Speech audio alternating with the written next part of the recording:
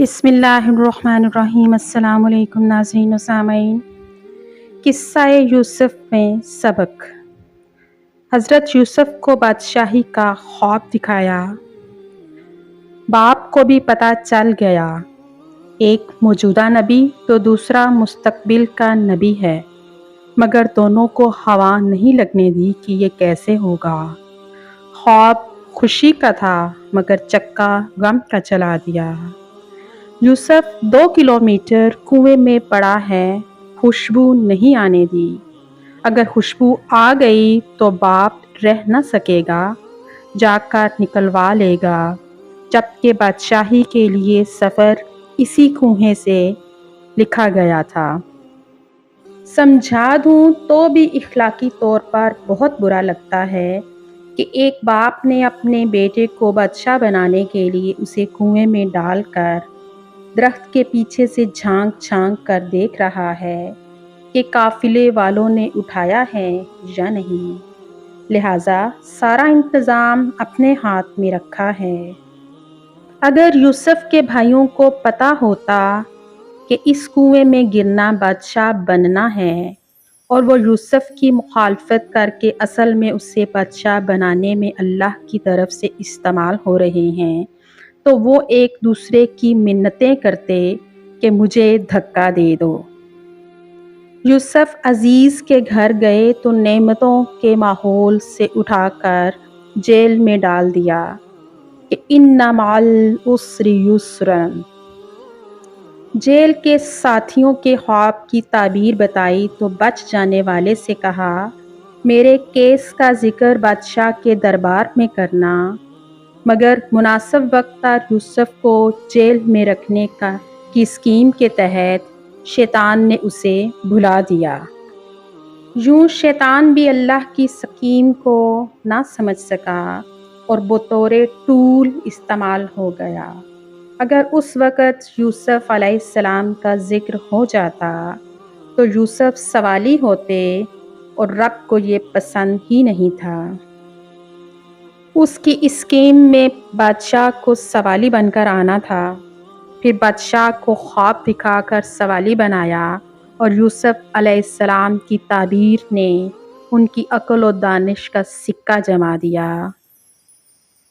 بادشاہ نے بلایا تو فرمایا، میں NRO کے تحت باہر نہیں آؤں گا جب تک عورتوں والے کیس میں میری بے گناہی ثابت نہ ہو جائے۔ عورتیں بلوائی گئیں، سب نے یوسف کی پاک دامنی کی گواہی دی اور مدعیہ عورت نے بھی جھوٹ کا اعتراف کر کے کہہ دیا، انا راودتہ عن نفسہ وانہ لمن الصادقین۔ ترجمہ، میں نے اسے اپنے نفس سے گمراہ کیا اور بے شک یہ سچوں میں سے ہیں۔ وہی قحط کا خواب جو بادشاہ کو یوسف کے پاس لایا تھا، وہی قحط ہانک کر یوسف کے بھائیوں کو ان کے دربار میں لے آیا اور دکھا دیا کہ یہ وہ بے بس معصوم بچہ ہے جسے تمہارے حسد نے بادشاہ بنا دیا۔ فرمایا، پہلے تم میرا کرتا لے کر گئے تھے جس نے میرے باپ کی بینائی کھا لی، کیونکہ وہ اسی کرتے کو سونگ سونگ کر گریا کرتے تھے۔ فرمایا، اب یہ کرتا لے جاؤ، یہ وہ کھوئی ہوئی بینائی واپس لے کر آئے گا۔ اب یوسف نہیں، یوسف کا کرتا مصر سے چلا تو کنعان کے صحرا مہک اٹھے۔ یعقوب چیخ پڑتے ہیں، انی لأجد ریح یوسف لولا ان تنفذون۔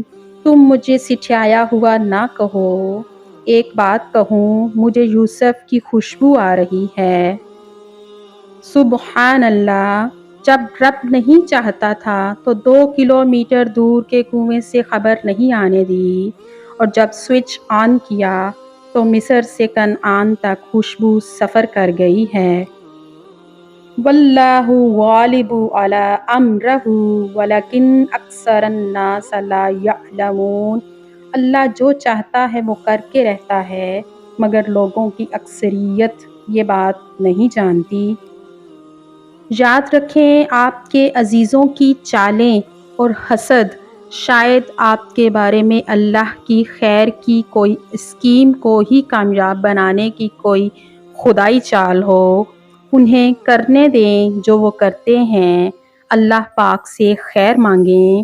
اللہ تعالیٰ سے دعا ہے کہ وہ ہم سب کو لوگوں کی چالوں اور عزیزوں کے حسد سے محفوظ رکھے۔